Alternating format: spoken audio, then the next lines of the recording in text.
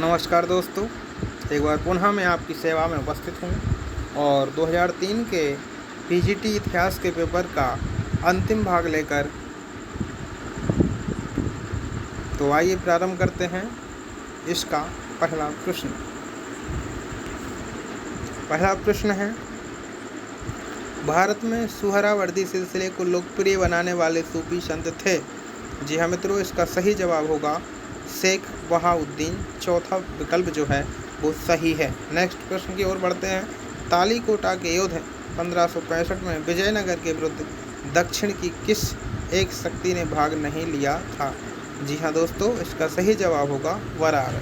Next प्रश्न है, बाबर ने राणा सांगा को किस प्रसिद्ध युद्ध में पराजित किया था? तो इसका सही जवाब होगा पानीपत के युद्ध में। राणा सांगा का पूछा है, तो इसका सही जवाब होगा खानवा के युद्ध में, जो 1527 ईस्वी में हुआ था, यानी खानवा का युद्ध। नेक्स्ट प्रश्न, ब्रह्मजीत गौड़ किस भारतीय शासक का सेनापति था? इसका सही जवाब है शेरशाह का।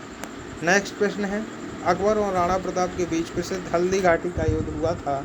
ये हुआ था 1576 में। महत्वपूर्ण है, इसको ज़रा ध्यान रखना। और अकबर और राणा प्रताप के बीच ये हुआ था। अगला प्रश्न है, मुगल सम्राट अकबर के जीवन की अंतिम विजय थी, तो ये थी असीरगढ़ की विजय। असीरगढ़ की विजय अंतिम विजय थी मुगल सम्राट अकबर की। मुगल काल में गृह विभाग का प्रधान अधिकारी होता था, तो खाने समा इसका प्रमुख होता था, अर्थात गृह विभाग का जो प्रधान अधिकारी था वो खाने समा होता था। नेक्स्ट प्रश्न,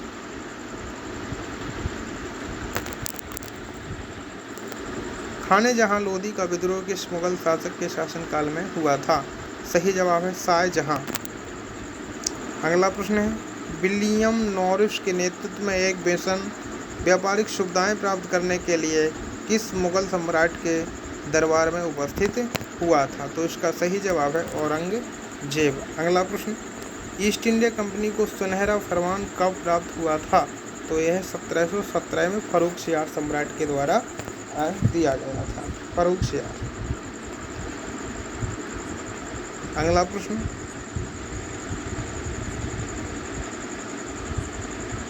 मराठा शक्ति के संस्थापक शिवाजी का जन्म हुआ था, तो शिवनेर के दुर्ग में। मराठा छत्रपति शिवाजी का सर्वप्रथम मुगल सेना से संघर्ष हुआ था 1657 में। नेक्स्ट प्रश्न, मराठा प्रशासन में अमात्य या मजूमदार का प्रमुख कार्य होता था, तो ये था राजस्व से संबंधित। जी हाँ मित्रों, राजस्व से संबंधित कार्य था। अगला प्रश्न है, 1761 में पानीपत का तृतीय युद्ध किन दो शक्तियों के बीच हुआ था? तो ये हुआ था मराठे और अवधाली, अर्थात तीसरा जो विकल्प है वो सही होगा। अगला प्रश्न, बंगाल के ब्लैक होल की घटना 1756 किस नवाब के समय हुई थी? तो इसका सही जवाब है चौथा सिराजुद्दौला। नेक्स्ट, अवध राज का अंतिम नवाब था, तो इसका सही है वाजिद अली खान। नेक्स्ट प्रश्न, अब पूरब का साम्राज्य हमारे कदमों में है, लॉर्ड बेलेजली का यह कथन किस आंग्ल मैसूर युद्ध से संबंधित है? तो ये चतुर्थ युद्ध से संबंधित है। 1799 में टीपू इस युद्ध में पराजित हुआ था। तब अहंकार से भरे हुए शब्द लॉर्ड बेलेजली ने कहे थे। नेक्स्ट प्रश्न,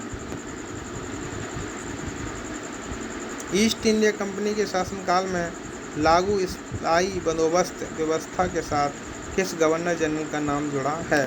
तो इसका सही जवाब होगा लॉर्ड कॉर्नवालिस। इसका कार्यकाल 1786 से 1793 ईस्वी के बीच था। ये बंगाल का गवर्नर जनरल था। वारेन हेस्टिंग्स, फिर वारेन हेस्टिंग्स के बाद सर जॉन मैकफर्सन और इसके बाद लॉर्ड कॉर्नवालिस। जी हाँ मित्रों, नेक्स्ट प्रश्न है, हथकरघा उन्नयन के क्षेत्र में ऑल इंडिया स्पिनर्स एसोसिएशन की स्थापना किसने की थी? सही जवाब है महात्मा गांधी। जी हाँ, महात्मा गांधी ने। अगला प्रश्न है, वर्नाक्यूलर प्रेस एक्ट को किस गवर्नर जनरल ने समाप्त किया था? तो इसका सही जवाब है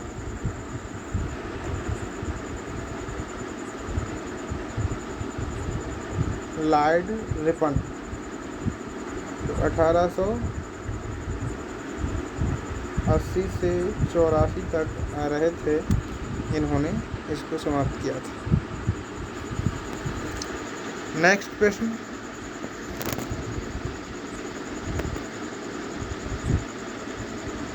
निम्नलिखित पुस्तकों और लेखकों के युग में से कौन सा सत्य नहीं है? तो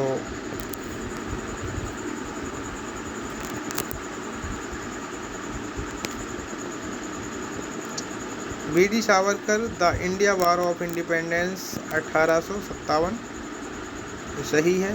एस.एन. सेन 1857, ये भी सही है। Ashok Mehta, civil rebellion in Indian mutiny, ये गलत है। तो इसका सही जवाब होगा 3, अशोक मेहता की जो पुस्तक है वो गलत है। 1857 में विद्रोह के केंद्र और उनके नेताओं पर विचार कीजिए। तो इसमें सूची है, नाना साहब,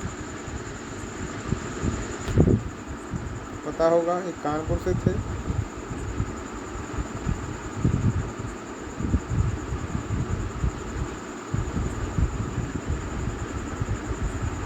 मनीराम असम से थे।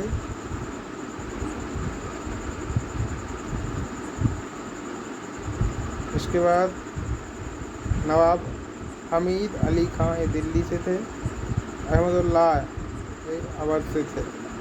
इस प्रकार इसका जो सही जवाब होगा वो होगा तीसरा। बढ़ते हैं अगले प्रश्न की ओर।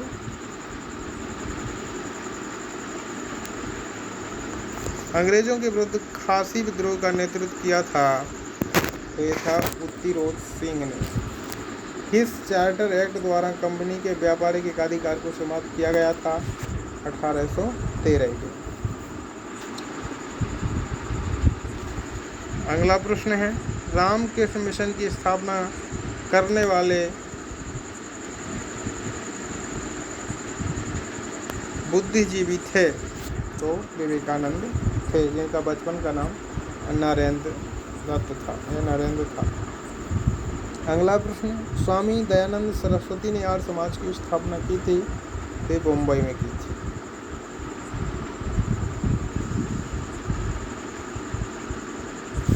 अगला प्रश्न,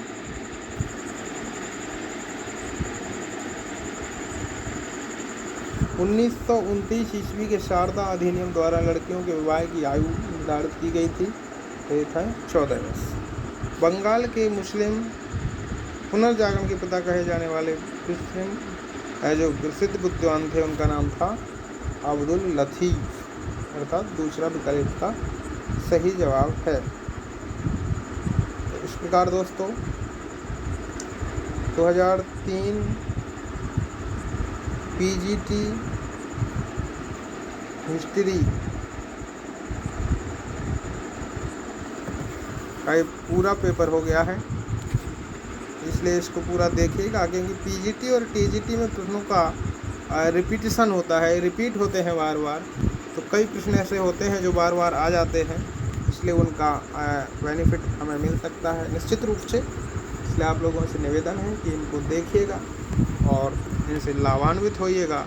और इसमें बहुत सारे प्रश्न ऐसे भी हैं जो बीए द्वितीय एवं तृतीय वर्ष के छात्र एवं छात्राओं के लिए बहुत ही लाभप्रद होंगे। इसलिए जो हमारे छात्र छात्राएं, स्टूडेंट मित्र, दोस्त, साथी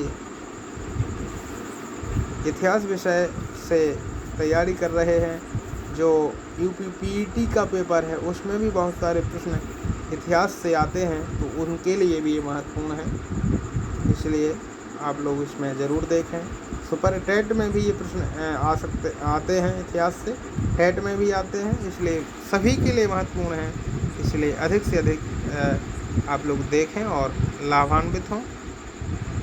इन्हीं शब्दों के साथ मिलते हैं आपसे अगले वीडियो में, तब एक नए पेपर के साथ। तब तक के लिए नमस्कार।